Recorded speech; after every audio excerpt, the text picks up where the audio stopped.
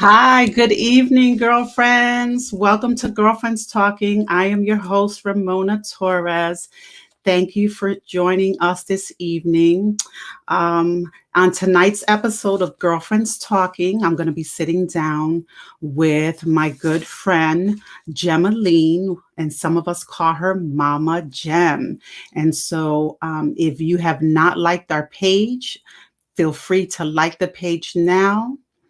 Share it, tag a friend, call your girlfriend, call your sister, and let her know that she needs to be on tonight watching Welcome to Girlfriends Talking with Ramona Torres. For those that are just coming in, tonight we're going to be talking with my good friend, Mama Gem. And so just come on in. We are live on Facebook and on YouTube.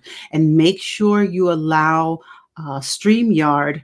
You have to give them permission to comment. So make sure you give StreamYard permission and the comments will come in. And so for no further ado, we'll go ahead and bring Miss Mama Gem in. Hey. Hi, how are you? I'm so good. Welcome to Girlfriend Talking. Thank you for joining us tonight. I'm so excited. Where are you at, Mama Gem? I am in a really beautiful area of Oregon. I'm in the Umpqua Valley in a town called Roseburg. Okay. We are right on the I-5 corridor. And for those who don't know, the I-5 starts in Mexico, goes through California, and ends in Canada. And we are somewhere in the middle of that. So if you're traveling the interstate, you go right through our city. And we are a big, small town. Okay. All right. I'll have to put that on my bucket list to come out and visit you. Yes. So tell my audience a little bit about yourself before we start our conversation tonight. Well, I have been living here in Oregon in this area for 31 years. So I've lived here more than I did in the state that I was born, which was California. I am married to a pastor who originally was my FedEx man. And okay. Get to know somebody who comes to your office twice a day on time. And that was quite an interesting, quite an interesting journey. And we started dating 2 weeks before I left that job and went to another one. And so, and then 2 weeks after that, we were engaged. We have 2 beautiful daughters and a very handsome son-in-law.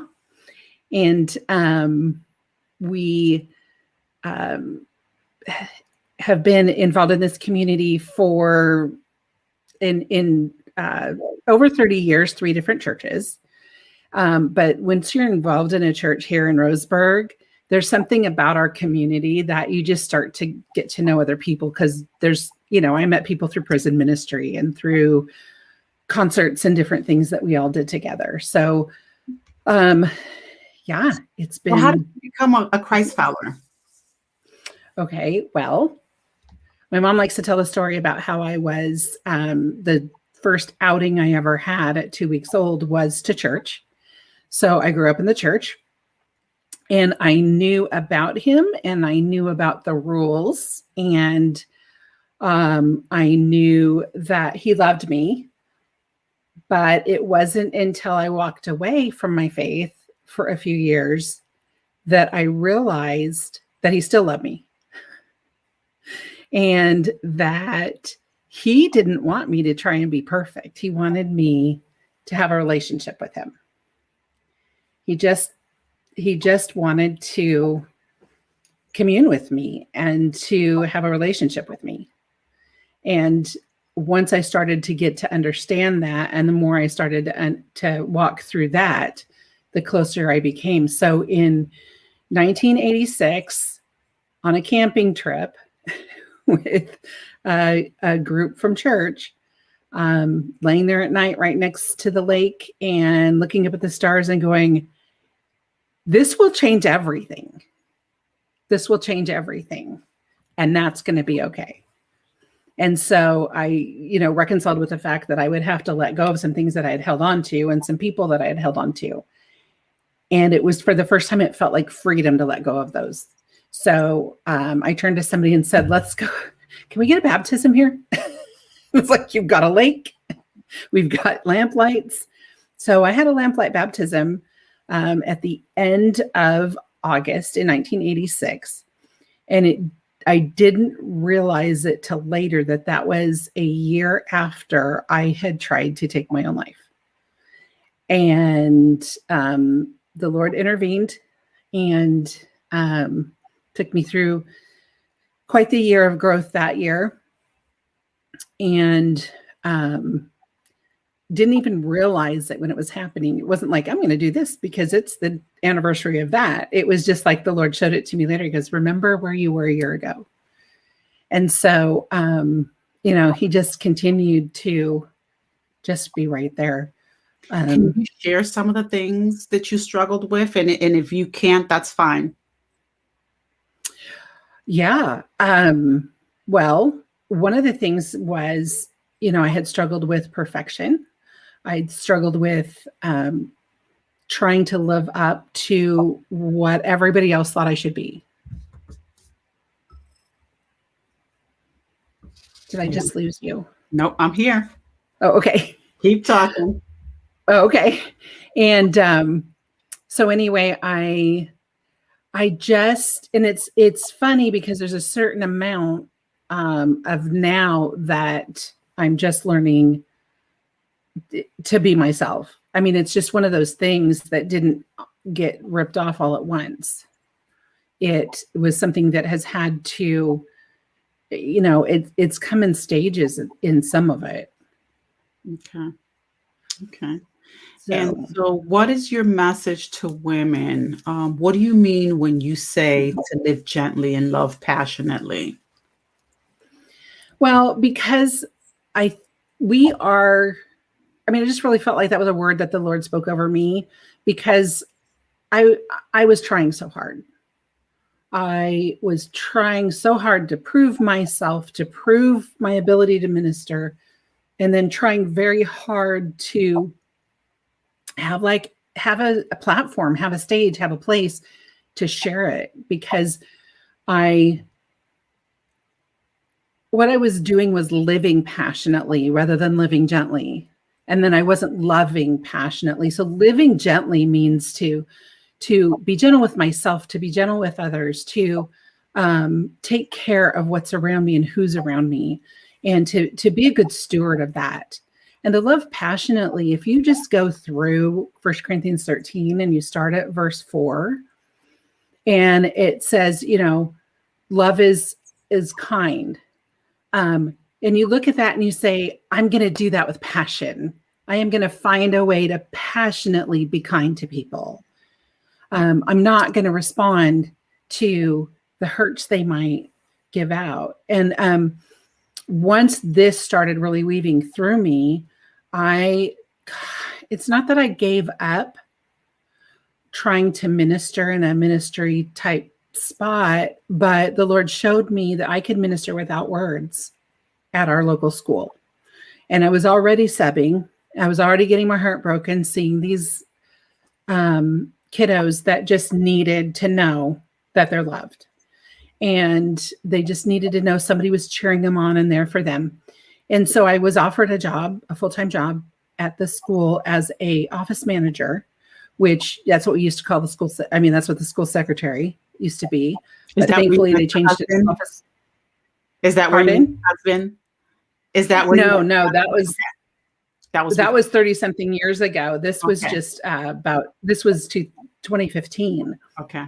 And actually the day that I started training for the job, one tragedy after another, and one loss after another, just in that month of October 2015, had several things that on their own would be just really hard. But we had several. We had a community tragedy like I said, we're a small area and we have a small college, and we had a mass shooting in one of the classrooms. And, when you live here, long enough, you might not have known somebody, but you know somebody who does. Mhm. And I ended up actually meeting one of the folks that was in that room and that did get shot. And the Lord has given me such a sweet relationship with her. And she has just been, we did some grief things together, and she's just been so encouraging to me. And then she actually moved her kiddos over to our school so that when they were still having a tough time with some emotional trauma, they could go see Mrs. Wilson in the office. And, we could spend that time together. So we're in this place where there's always something that we can step forward with and lift each other up. But at the same time, too, because everybody knows everybody, there was a couple of issues that when I got the job, somebody else's aunt wanted the job. And so there's stuff like that. Mm-hmm. So it's one of those where it's small enough to be annoying sometimes, but it's also small enough to be comforting. Yeah. So I'm in a small town like that too. Yeah. Yeah. I know I'm not alone in my small town thing, and I love it. I love knowing, but you do have that crossover where sometimes people know your business or they know somebody else's version of your business. Mm-hmm. And what I had to do even in that, so that was where the Lord took me through this very specific area of how to love my enemy. Because he says, because if I'm going to tell people they have to love passionately, we all I have to do it too. Right. But we have to encourage people. He doesn't say just love your neighbor. And we need to do that. And a lot of us aren't, but we're supposed to love our enemy. Right. Which means if you know how to love your neighbor, then you know how to love your enemy as well. Mm-hmm. And we want to get caught up in all the trappings of, well, what does that mean? And what if they're not nice? And I mean, that's why they're your enemy, because they're not being kind. Mm-hmm. And what I always told my kiddos, because you'll always have kids in elementary school that'll come and she did this and she said that. And then I did this to her. And yeah, well, we have that in my age too, but that's right. Another show. So that's another conversation. Mm-hmm. But I would tell them, don't let someone steal your kindness. You be kind back to them. You be the example of kindness. Right. And so when some of these things started coming my way and some false accusations and some things that were starting to actually jeopardize my job, the Lord just said, cling to me, just be silent like I was when I was getting accused. And I'll be there for you. I'll give you the strength. He doesn't tell you these things to do and then leave you out on your own. Mm-hmm. He's like, okay, we're going to go do this. Mm-hmm. It just walks right in there with you. And would love to say that I always did it right. And I was always kind and I never, talked back or whatever, but that wouldn't be the case either. But I've noticed that the more you get into that, the quicker he convicts you and, and says to you, excuse me, that doesn't sound like me. And it's like, oh, sorry, Jesus. Mm-hmm. And so you do have that chance to, I know a couple different times. Early, there was a time when I think I was the original Karen. I was let me talk to your manager. I want to get my money's worth. How come my steak is so bad? And it's okay to let him know that, hey, is this really how it's supposed to be? But then to just get all fussy about it. Mm-hmm. And then he started making me go apologize if I did that. It's just easier on the front end to just be kind. Right. And to just be okay with that, and just say, okay, what's big, what's little, make the big things big and the little things little. Mm-hmm. And that was a lesson that my dear friend Sherry taught me.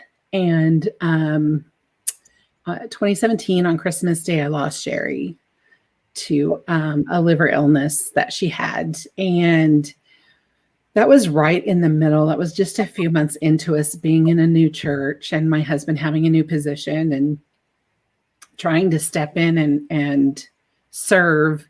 And then I'm working full time. And at the time we had just released our foster daughter back to her mom. And it's like, Lord, I have this thing about spacing stuff out. And you're like, yeah, I don't. So you've been doing foster care for some time? Yes, we started in 1983. I'm sorry, 2003. Okay, there's a lot of other things that happened in 1983, but we're not going to talk about it.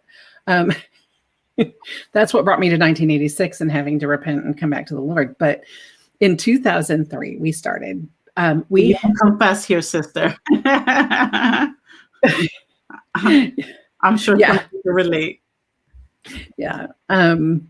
So actually, we started the process of wanting to do foster adopt earlier than that.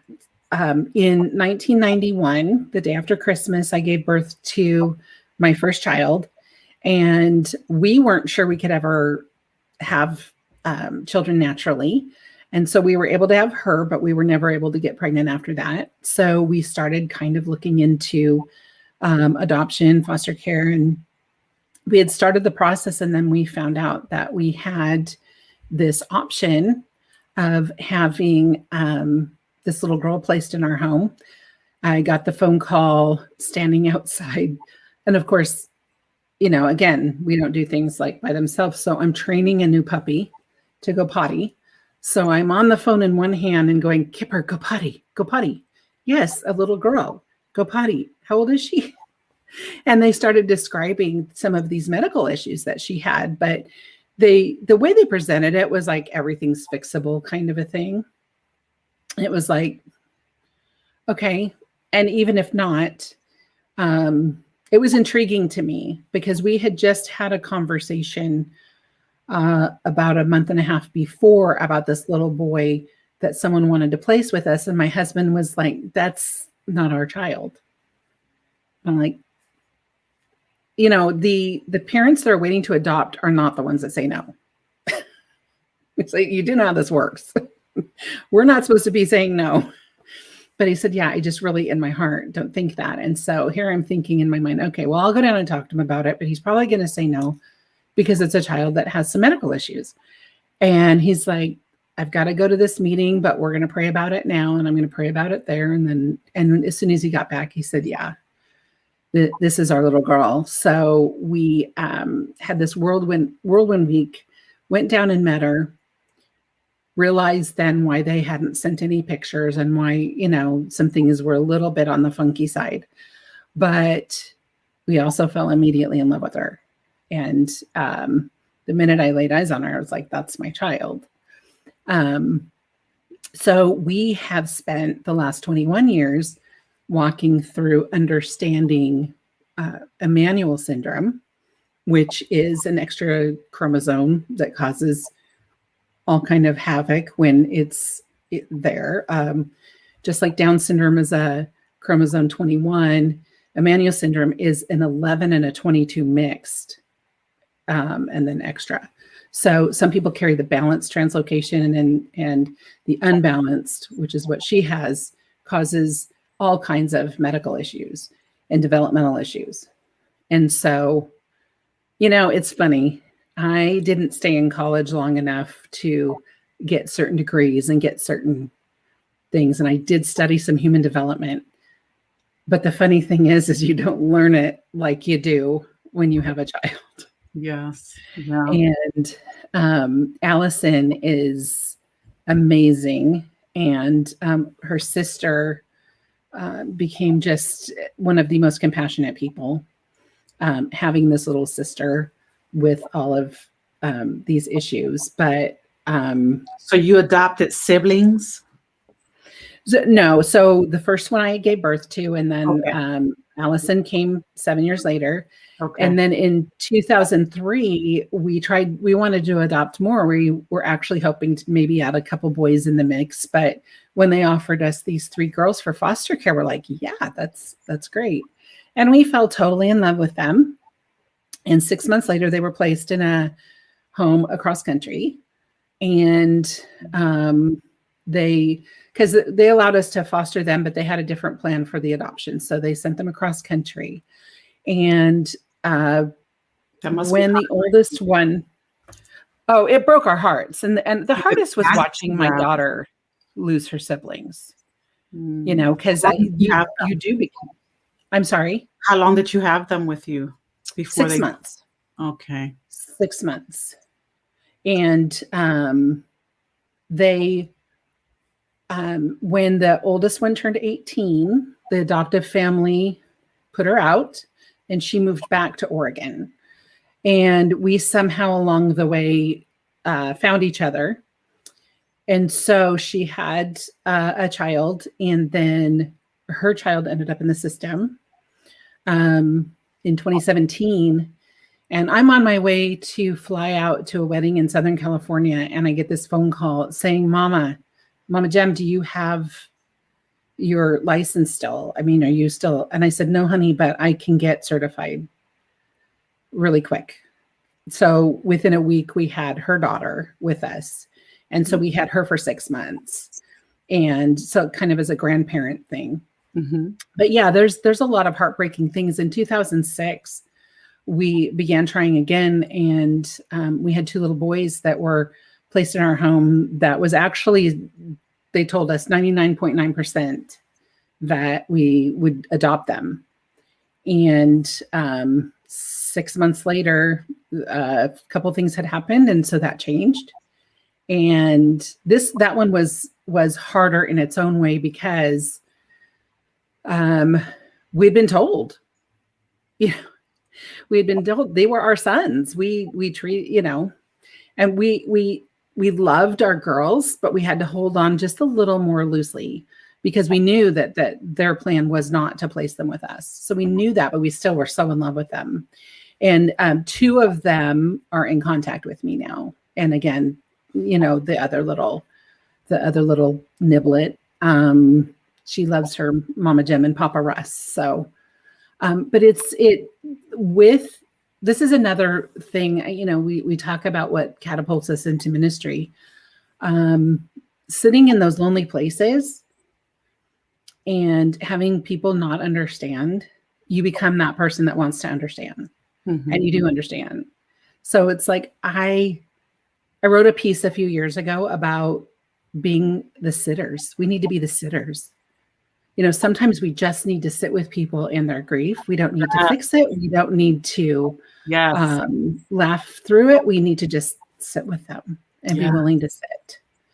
Absolutely. And so that, going through some of that, you obviously you're not immune. So in 2009, my mom passed away, and in 2016, at the very beginning, my dad passed away. Now, Mom's passing date was January 7th. Dad's passing date was January 5th. So they were all teasing, oh, Dad's gonna wait until the anniversary for Mom. And I'm like, he never waited for Mom. He was always out in the car. She was getting the kids ready for church. There were 5 of us. He would be out there waiting, going, come on. And so I'm like, no. So he went on the 5th instead because, Dad did what he did. But understanding your parents, that must be devastating, right? It is. It is. And then when I was losing Dad, all these other things were happening at the same time. We lost our faith community. My husband left his position that he was at. This was all when my dad was diagnosed with pancreatic cancer that October. We had just had the tragedy. So we were trying to help the community out and trying to minister to all of those. I mean, because there was a huge ripple effect. but it also gave us a moment of clarity as to where we belonged and where we didn't belong when it came to serving. And, if you stay longer than you're supposed to, I think you become a hindrance. And so we didn't want to become a hindrance. We loved the people. We loved them. We love them to this day, but the Lord said it's time. And so, and that does happen during those times, but all those things happened in the same month. And then, like I say, learning to do this, the job that I had, the learning curve on that was like, the worst ski slope you can think of, like, or just jumping off of Everest or Half Dome or something. It was just like this, there's nothing to do but just jump in and start doing things. And it was, so you had that, and then you have the grief going on. And what I didn't learn till later, what I had not, at least I didn't catch it till later, was that when you go through grief, there's a brain fog that takes over. And we forget that for people. Sometimes we'll stand on the outside and go like, what's wrong with her? Why can she not think right now? And there's a brain fog. There are some physical manifestations that happen when you're grieving. And if people can understand that, then hopefully it'll make them be able to advocate for themselves, to be able to say, sit down with their boss and say, look, it may take me longer to do a few things because I'm trying to get over all of this, but to be able to walk through it and understand and not have like one more thing to worry about. My mom had a lot of dementia issues at the end. And so you just start thinking, uh-oh, did I just catch that? Is that happening to me? And it's really more along the lines of the grief. But, it also takes you to that place where you understand that it's really important to not have things left unsaid. It's really important. When my mom thought my mom was getting ready to have heart surgery. The same weekend that we had Allison's dedication, and she had a surgery and all of that. So after her dedication, Allison and I got in the car and drove south. My mom lived in Reading at the time, which is, well, it depends on who's driving. It was about a 3-hour drive. And we drove down, and she called each one of us. I had 3 brothers living at that time, and called each of us in the room and said, basically, I don't know if I'll make it out. Is there anything that you need to say? And I just thought for a minute, and then I just leaned forward and I said, yes, don't go. Just don't go. That's all I have to say. Mm-hmm. And then I was able to say, Mom, we have nothing left unsaid.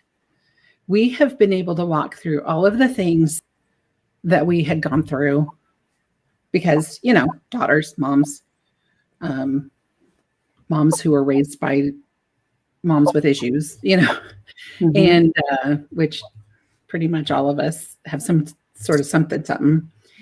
And to be able to tell her, Mom, we don't. And we still had her for 8 more years, not necessarily cognitively, but for most of that. But then watching my dad lose her after like 57 years, they had been married 50 years when she really started showing this diagnosis that she had. And he told her, he said, well, you took care of me the first 50 years. I'll take care of you the next 50. Mm-hmm. So, he really stuck in there and showed what it was to continue to be very faithful. He ended up, the very last place that she lived, he moved into an apartment across the street because, he was too cognitive to be able to live in a memory care facility. And so he lived across the street, and he was over there every day. So he was cute though. He would drive across the street and park in the parking garage and then go in. So Like, That's sweet. Dad, you get to do what you want to do. Mhm. And then he stayed in that apartment for quite some time until right before he passed. So, but we did have our stuff, growing up. We had things. I had that feeling of living under having to be perfect and having to perform. And when I look back, if I could have communicated that, I'm not sure that there's a good extent they probably would have understood that, you know. And they certainly at other times would say, they would look back and say, "Oh, I'm really sorry that we did that. I'm sorry that that was a decision we made for you." He was really cute. I don't know if some of your viewers know who Keith Green is, but Keith Green really hit it hard in the contemporary Christian music in the late 70s. And but he was very straightforward with the gospel, and he was very, very much in your face. And he was a wonderful musician, and he wrote these great songs, and some very contemplative, and then some very, just kind of fun and silly. But whenever he gave a message, he was just so straightforward. Anyway, long story short on that, my dad wouldn't allow me to go to the concert because he had heard that contemporary Christian music folks were really playing the devil's music. And these were his words later of, I really thought that. And then sometime, 10, 15 years later, he hears one of the cassettes. He's like, "Ooh, that guy's really good." And so one of the things growing up, I always felt like parents, at least there was a generation that they didn't feel like they were allowed to say they had done something wrong. I'm right because I said so. And having parents that came out of that and were willing to say, "Wow, I really wish I would have known something different." And then being able to do that as a parent myself, and being able to say to my daughter, "Wow, I'm really sorry." Either right after something happened or later on when she pointed it out. So are you currently an empty nester, or does your adult child still live with you? So Allison will always live with us. Okay. She is I guess you might say profoundly disabled. Okay. She does not walk without a walker. She can't sit herself up and lay herself down. She's nonverbal, but she communicates. Trust me, she communicates. She has this thing she does when she's mad at us, and she'll like. So I'm pretty sure that's a word that I would not be able to repeat on the air. But she's, but her innocence is so beautiful. Mm-hmm. And there's so much about her that's beautiful. She absolutely loves Disneyland. And when we weren't sure she understood what we were saying, we didn't know how much her receptive was. We know her expressive is pretty low. But being able to receive the information, she knows because and I've told people, don't tease her about Disneyland unless we really are going to go. Mm-hmm. And so she's so funny. I mean, she would she just lights up and laughs, and she's like, "I'm ready. I'm in," and there was one time we went down. We couldn't afford to go in at the time, but I took the two daughters down, and we just kind of walked around and listened to the music and whatever in between. And you could tell she was like, "Come on, what are we doing out here? Mm-hmm. Let's go." And so she does have those things that just light her up. We probably have watched everything that's ever been put on Disney Plus. So we're ready for them to refresh that a little bit and get a few more things on there. And I can probably quote most of Finding Nemo. But she just, when we go to church, and I don't know if some of my church folks are in here, but they'll tell you, we have to tighten her screws on her wheelchair after church because she rocks it so hard. She loves worship. She loves our worship leaders, and she just lets loose. She doesn't have any inhibitions. Mm-hmm. And so she just kind of, works her way into the mosh pit. We've not taken her a lot lately just because she can't wear a mask, and we're just extra cautious with her. Right. A lot of times she'll have a caregiver that stays with her so that I can go. But lately we've not taken her in between. She's processing it too, right? She is, but we do watch online, and I put it on her big giant TV that's in the front room, and she rocks that chair. She gets that chair going. And, we've just got some beautiful people too on our worship team that will make sure that they greet her and that they, welcome her there. And a couple of them have made sure that there's a way that she can get in their house when they have an event or something. And like I said, because we've had a lot of the virus kind of going around here with people we know. So we've even been more cautious. Yeah, but definitely. Yeah. So what do you want the ladies that are watching this evening to know before we let you go tonight? What is the message for the girlfriends today? I think it's because the biggest thing that I've held on to and that has kept me going through is that, I really, like I said, in my early years, I really felt like I was supposed to do a certain thing. And then it was going to be all happiness. It was going to be all, bubbles and balloons and all of that. And of course it's not. The rain falls on the just and the unjust. We do have things that come our way, but the beauty of finding out that I didn't have to do it alone, that my faith gave me not just something to hold on to, but someone to walk with through these things. And so when that horrible month was going on, when that year was so very hard, to be able to just say, God's still good. He's still good. And I still trust you.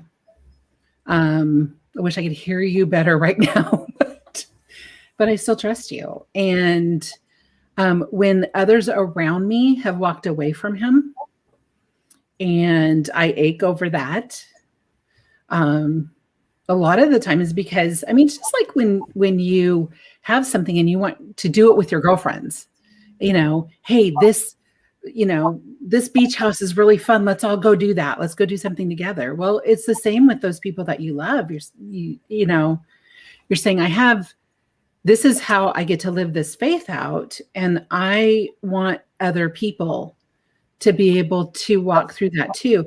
I really don't know what we would have done walking with Allison, not understanding God's hand in it, not seeing how he would equip us all the way through. But also, like I said, I didn't finish all the college courses or any of that.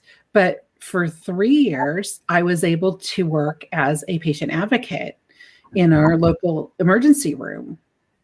And that included helping people understand why they had to wait a little bit longer. We've had a trauma in the back. We're keeping an eye on you to make sure that you're still okay, and just be that comforting person. Mm-hmm. But also when a family, there's times when you would sit with a family and how when you're getting bad news, sometimes there's almost this crushing deafness feel, there's this feel like, did he just say that? And so a lot of times I would sit there the doctor had to go back to the patient, the family would sit and ask me questions. I could go ahead and relay those questions or let them know, hey, when you pop back around, these are the questions that they have. If I could answer them, then I would answer them if you needed to come talk to them. But to just sit in their most difficult moments. And again, the small town thing, when I had several people would come in with different emergencies and different tragedies, and I knew them, they would be like, will you lay hands and pray? Would you pray for our family? Would you pray with our family? And to be able to do that, when some of the kids came in, I'd been in a children's hospital so much with Allison because she's had so many surgeries and illnesses, and we've even done the life flight thing. And of course, it wasn't like just some random day. It was when Russ he had spent a week in Portland building a fence for somebody and had just driven back in that afternoon, and then I'm flying back up, and then he's got to take the other, get Rachel and, take a dog that we had that wanted to run away all the time to the vet. And it's just all the things at once, but to be able to sit with them and to talk to the kids and say, dude, you need a balloon, you need this. And a lot of them, if they were getting transferred up north, I could tell them, hey, have you ever been there before? Okay, now make sure that you get to go do this on this day. And you make sure that you tell them to bring you this, and give them all the inside knowledge so that they're walking in. And I had parents tell me, they got up there and they were a lot less stressed out. They knew, because someone else had walked through it. So you go from, when you're looking at something that you're going through, when you look at something that's really hard, you remind yourself that now it doesn't always take the pain away, but you remind yourself that I can do this for somebody later. I can see those things that they needed. And sometimes it's just to ask a question. Do you need this? Do you need that? And so I have over the years, one of the things I didn't mention is that my oldest brother passed away just a couple of weeks before my wedding. And that was completely unexpected. We found out on a Friday that he had leukemia, spent Saturday making arrangements for him to fly to Southern California, got checked into UCLA Medical Center on Sunday when he flew out. And then Monday they did all the testing and he didn't make it through that night. Mm. And so, you had the whole, can I just tell you, there's controversy to this day. Why did you go ahead and go with the wedding? Well, because he had made it known to my dad that whatever happened, that's what he wanted to do. Mm-hmm. And because I'm still fighting that questioning what everybody thinks thing. It was worse then. We've been married 31 years now. So Mama Gem, listen, you know what I've learned in my older years? I don't care what people say. People are going to talk and you're never going to everybody, right? And so you just got to do what's good for you. It's amazing how everybody has an opinion. Yeah. Amazing. Yeah. I'll leave that for another talk. Everybody has an opinion. Well, and I can say this, you want to look at each of them and go, you didn't have to make this decision. This did not happen to you. Right. For your wedding day. Right. You did not have to make that decision yourself. Yeah. So you really don't get to weigh in here. But your brother was selfless. He wasn't selfish because he knew that this was your wedding day and I'm going home to be with the Lord. You enjoy your day. And that speaks volumes of your brother, and so, people are going to talk. The cake is not big enough. The dress is not white enough.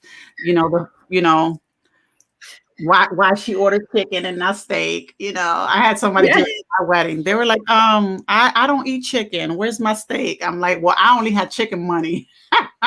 So chicken it is. Yeah.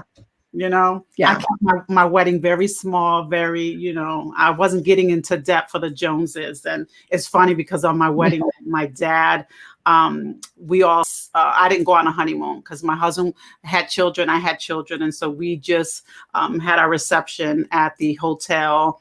And then we spent the night there. And then we went back to my dad's room. And my dad's like, Mona, is there a Chinese restaurant around? And I said, sure. He says, order some Chinese food. And he takes a wad of money out of his pants pocket. He says, I'll pay for it. And so we ordered Chinese food. And we sat in my parents' hotel room on the floor. And my dad and his wife and my dad's best friend, Don Luis, and his wife, Doña Elena, she's gone to be with the Lord, gave us marriage advice. And so, here we are 21 years later, but yeah.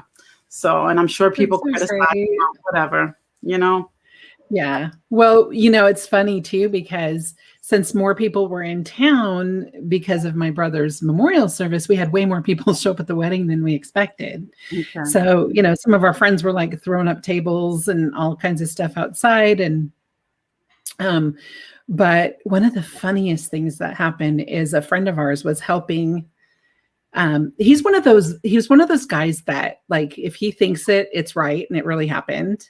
And so he was in the back preparing the brunch, and the wedding kind of started late because people had shown up late. And so my mom walked back there, and it was probably like a quarter till, or I should say a quarter after, 15 minutes after it was supposed to start. And she goes back and she's like, hey, hi. And then she goes, and comes to the wedding. And so when we get back from the honeymoon, my Auntie Fran was like, your Uncle Jack thinks that your mom walked out in the middle of the wedding. And he's convinced that she walked out in the middle of the wedding to check on the reception. And so he came home that day in the afternoon while we're visiting.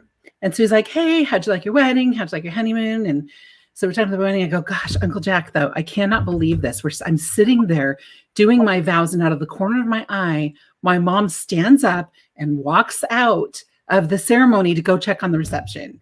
And he just let out the biggest hoop and go, see, I told you. And then we just lost it. The mother's job is Jack, she's pulling it on you. She's joking. But it's like, when I work with brides, I always let them know that something will happen that will make it unique, will be different, was not necessarily what you planned. Mm-hmm. And isn't that like marriage too, though? I mean, there's just these things that we plan, and we just have to realize that they're not. And somebody was telling the story about how like the cake came on the wrong day. And it's like, I just had felt like nothing else really could go wrong, I know. I can imagine your parents losing a child and then walking, oh my gosh. And that's rough. So you've lost mom, you've lost dad, you've lost your brother. Do you have any immediate family, siblings? So my brother Steve passed away this past August. So now I've lost two brothers, and Steve passed from Parkinson's, and he fought it for 20 years. So he had a young onset Parkinson's, and he has, a beautiful daughter, and she got married a couple of years ago, and John came with 3 kids. So Steve got to be a grandpa before he passed. And so that was a big joy for him. But in August, he was done. He was done with the Parkinson's and done fighting, and he knew where he was going, and so he was ready. I mean, he didn't want to leave Hannah and Sue, but, he was ready. Talk to that. He fought hard. I'm sorry, go ahead. No, go ahead. No, I was going to say, talk to that mom that may be watching who may have an adult child with disabilities, because you don't get a break. You may have an aide that comes in and helps, right? Mm-hmm. But this is forever, right? Talk to that mom now who may be watching, that is feeling maybe overwhelmed, that is having to, love and take care of this adult child, and maybe she may be a single mom, right? Maybe dad, Mm. not be in the picture, maybe, or maybe not, but talk to that mother. What would you encourage her today, as far as when you say learning how to live gently and love passionately, right? Talk to that woman today, to that mom. Well, one, I see you. I see you. I see you when you're sitting and trying to have a quiet moment, even in the waiting room. I see the fear on your face, but I also see the determination that people are going to listen to you. People, don't doubt yourself. You are that child's parent. God gave you the heart for that child. They didn't, and in our case, she did not come from my womb. But there was no guarantees if I could get pregnant that we wouldn't have a child with medical issues. There's just not, those guarantees are not there. But you don't have to do it alone. And, but I see the strength, and your child, even though your child may not be able to say anything, they know it. They know that you love them. And, you are their advocate, but first and foremost, you are their parent. You are the love of their life. You are their whole world. You're their world. And if you need to reach out and ask for help. And here's the thing too, I learned this the hard way, because I learned everything the hard way. Why do it the easy way, right? But it's not going to look the same way for me as it is for other moms. And we're not going to necessarily walk the same way or make the same decisions. And I know some parents that have had to make the tough decision to have their child placed in a group home. And that's actually been good for the child and for them. When we even look at, if we were to look at the possibility of ever moving, the first thing you have to look for is, do you have services? Do you have services that you can plug into, and are they good? I have some family members that really want me to move to Arizona, and I love it there. It's gorgeous, but Allison would not be able to handle the heat. We wouldn't be able to take her outside for several months of the year, and she loves going outside. She has a caregiver that takes her for walks, and again, it's funny because I'll get somebody go, "Hey, I saw your caregiver and Allison over at the park the other day. They were having such a good time." And I had one caregiver that used to walk her like way down to the other side of town. And,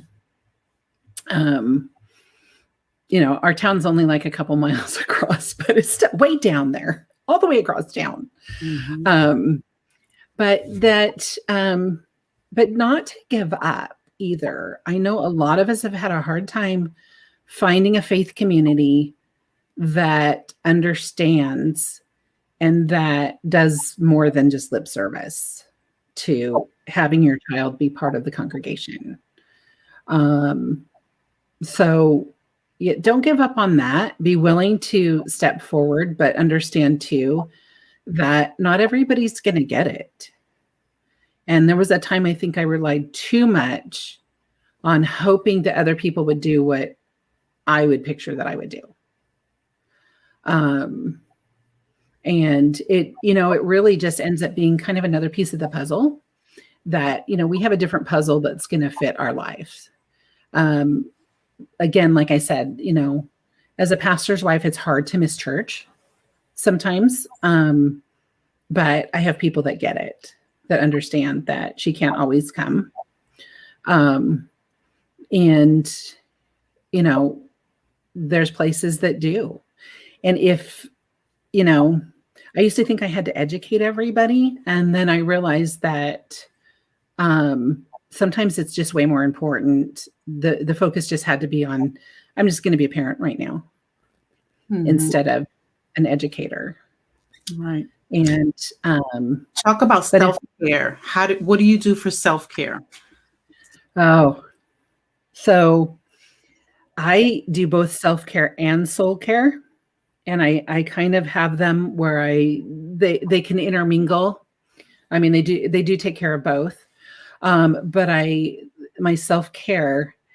So we were able to a while back, when my daughter was still living in town, my older daughter, she lives in Eugene now. When she was living in town, she could stay with her sister and then switch off with caregivers, and we could go away for several days. Well, we fell in love with this little island called Hawaii. And we went and we just sat. We would sit in the sun. I'm a sit in the sun or snorkel girl. I'm not, hey, let's go look at all the things. And then just bring me some papaya and I'm good. But when we got home, you can't always take that with you.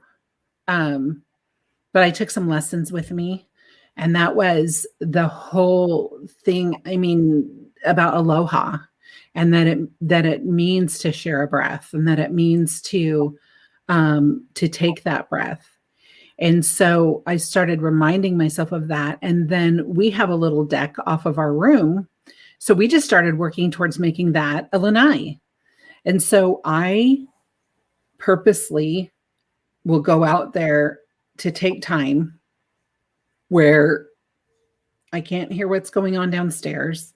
Maybe the care worker is taking care of Allison, because she has times where she can't communicate. So she screams and cries. And she gets really mad now when you wash her hair and give her a shower.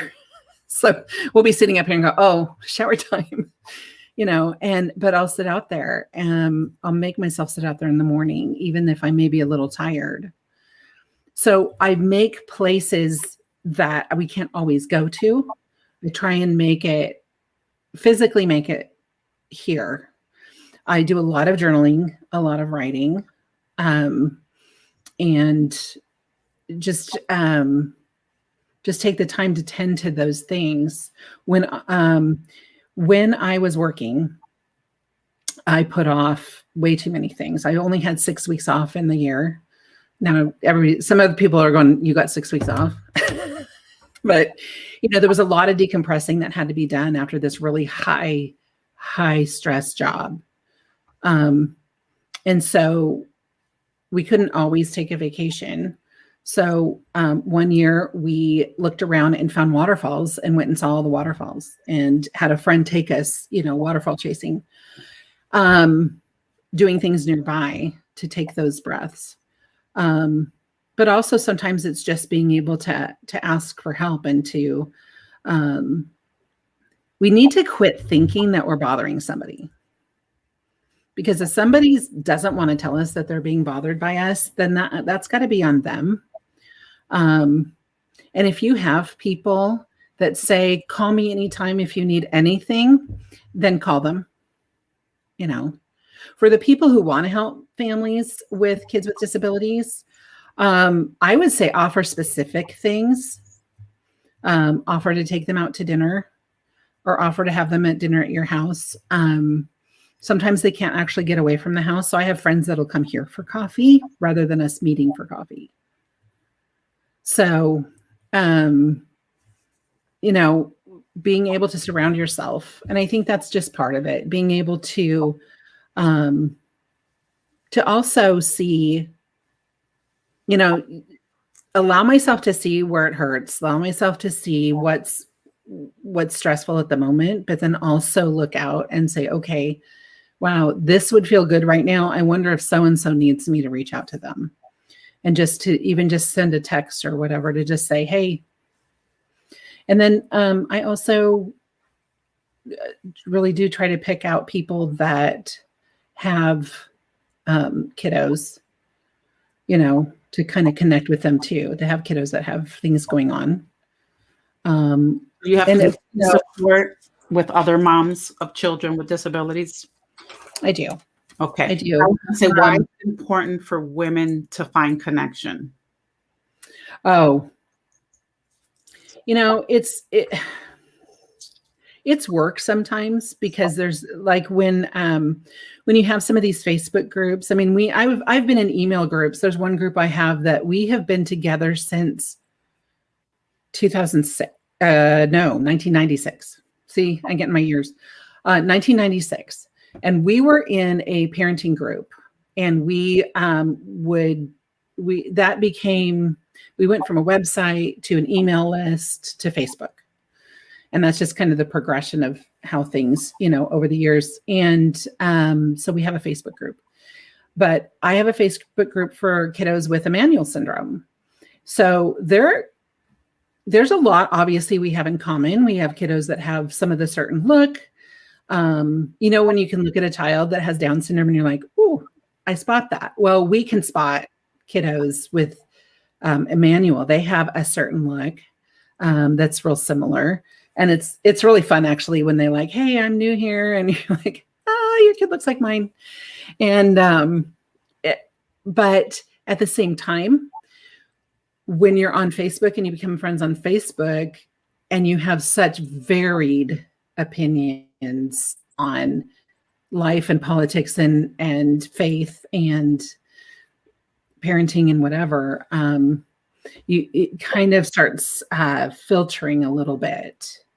And so I guess what I want to say is the importance of those connection points is being able to be really loose with them. Like, being able to do it open-handedly.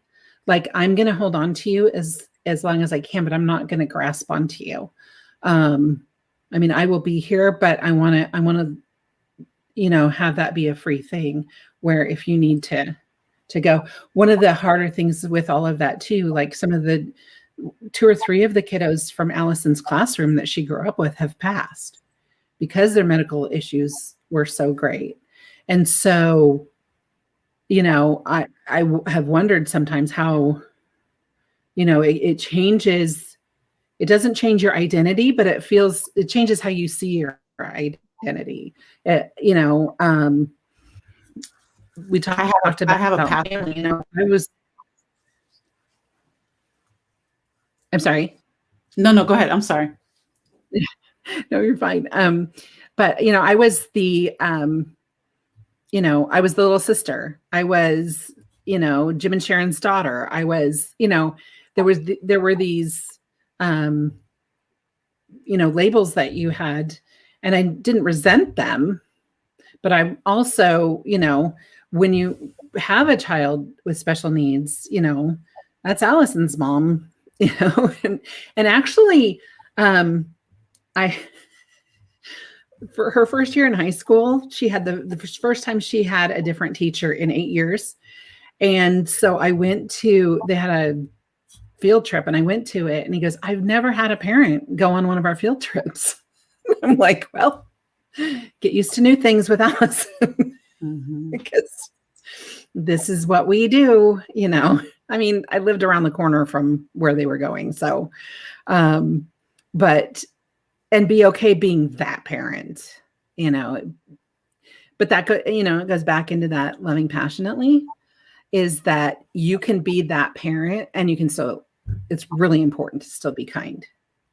It's really important to advocate for your child. You can still be strong, but you can still be kind.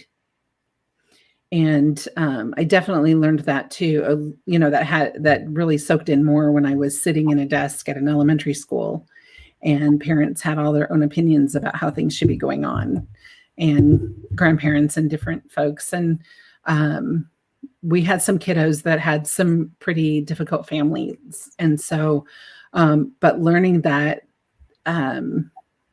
I know they say that you get things further when you're kind, but for me, it's not about getting more. It's about being kind, not letting it change me, and not letting it change who I really am. Yeah. And so, whether they respond to it or not, that's not my responsibility. Right. So, but even if you don't have a child with special needs, right now everybody has significant needs, And I hear a lot from people who say, try and reach out to connect, and this person doesn't answer back. And you know, I've learned to reach out to the people that I figure they may not need it. Maybe they don't need the connection. And so find somebody that needs the connection. Find that someone that you see that really, because I think people who need the connection are going to cherish that more. I have some friends that I cherish so much because they cherish our connection. Mm-hmm. And I have they friends like that too. Yeah. And it's priceless relationships. We don't get to see each other that often, and we don't get to, spend the amount of time I'd like to, because obviously we all have lives and we work and we have children, and some of us are homeschooling and another one's a truck driver, but we always connect, whether it be by a text, whether it be by messenger. And then when we do see each other face to face, is just an amazing time together. They're sisters, they're friends, and actually they're online now, watching our conversation. So those are the girls that always, no matter what, will have our back and our support. And it's pretty amazing. So, well, Jemaline, you've been on for over an hour, and I want to be respectful of your time. Are there any suggestions, any tips, anything you want to leave us with before we close tonight? Well, I do want to just invite people, if you want to hear more of my story, to just stop on over at my website, which is jemaline.com. And my name's spelled with all E's. Every other letter's a vowel and every vowel's an E. So it's www.JEMELENE.com, right? Correct. Okay. And you've got the website. And do you have a blog? I have a blog on there. I also have information if you want to book me to come to a retreat or a conference, or even just like an afternoon ladies gathering or something like that. I'm doing more of that now. And then also just to read some of the story. We didn't even get to talk about the breast cancer this year. So, yes. Yeah, breast cancer this year. Tell us really about that. Well, at the end of 2019, I know I started going that way, but I went off on my own trail. When I retired from my job to go into doing some life coaching and to do more of ministry, I finally had time to go to the doctor, get my checkup, and then I asked him for a mammogram just because it had been so many years. And they found a lump, and we named it. I went through all the process of finding out, what it was and how serious, how far along. And we named it, and we had an eviction day.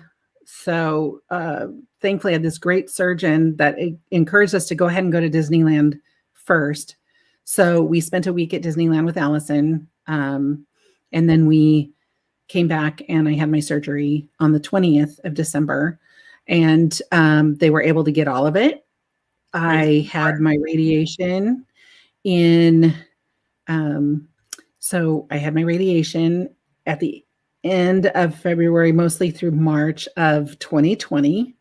And so halfway through my radiation, everything shut down. So the people that were coming with me and waiting for me couldn't come. And when I walked out with my little medal saying that I had finished my thing, it was so lonely. It was just really lonely. There was no way to have a party, no way to have a celebration. And so, that was the other thing that I would speak to for people. I know that we see these things where people have all kinds of people around them, but that doesn't always happen. And so that's why my faith was so incredibly important. But then, we also have the ability to reach out online too. So I did make a little video and shared it with my friends and said, we made it through. I still had to have another surgery after that. I'm on some medication that makes things pretty uncomfortable sometimes, but I don't have cancer. So it's gone. Yeah. And so I kind of wrote out my you'll see my cancer manifesto on there. And it's really cute because my brother Steve, the one who passed away, he messaged me and he says, "It's not really a manifesto. You didn't sound like you're a ranting maniac." So, anyway, it's it was just one of those things you're like, I'm not going to get that. I have everything else going on in my life. But I had taken a sabbatical and I was just ready to come off sabbatical and just jump in and start, like I said, life coaching and meeting with people. And it's like, nope, no, you're not. So now I've gotten to, I've got days set aside every week where I do writing. I have a writing day and I have a working on speaking ministry day. And then the others just, all the other, but, just to pop back to the soul care question really quick is that sometimes it's just the little bits throughout the day. It's not always like a long time. And it's not always, the pedicure and the manicure. Sometimes it's just, oh, I didn't wash my face yet today. I'll go get some extra cream, but it's just stopping and recognizing your worth. And as long as, God decided that he wanted you on this planet. He wanted you on this earth. He needed one of you. So he made you. Mm-hmm. So everybody who can hear my voice, he made you because he decided that we needed you and we don't need you to be like anybody else. I make a terrible anybody else. Mm-hmm. I do. Anytime I try to be somebody else, it does not go well. So yeah, we'll hit that one next time. Well, I'll tell you the embarrassing story about that. Thank you for hanging out with me tonight and having this conversation. Hopefully there was someone that needed to hear that there is life after cancer, that there is life after losing family members that we love, and that there is a God that never leaves us nor forsakes us. And so thank you.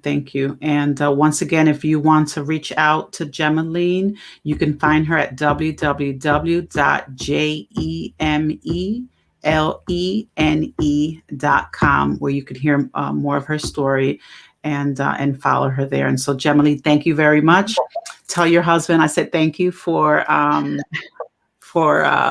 giving you this space and time to hang out with us over here in Pennsylvania, in my neck of the woods. And I look forward to talking to you soon. Okay, it sounds great. God bless, Mama. Take care. Thank you, all our friends. Bye. Bye.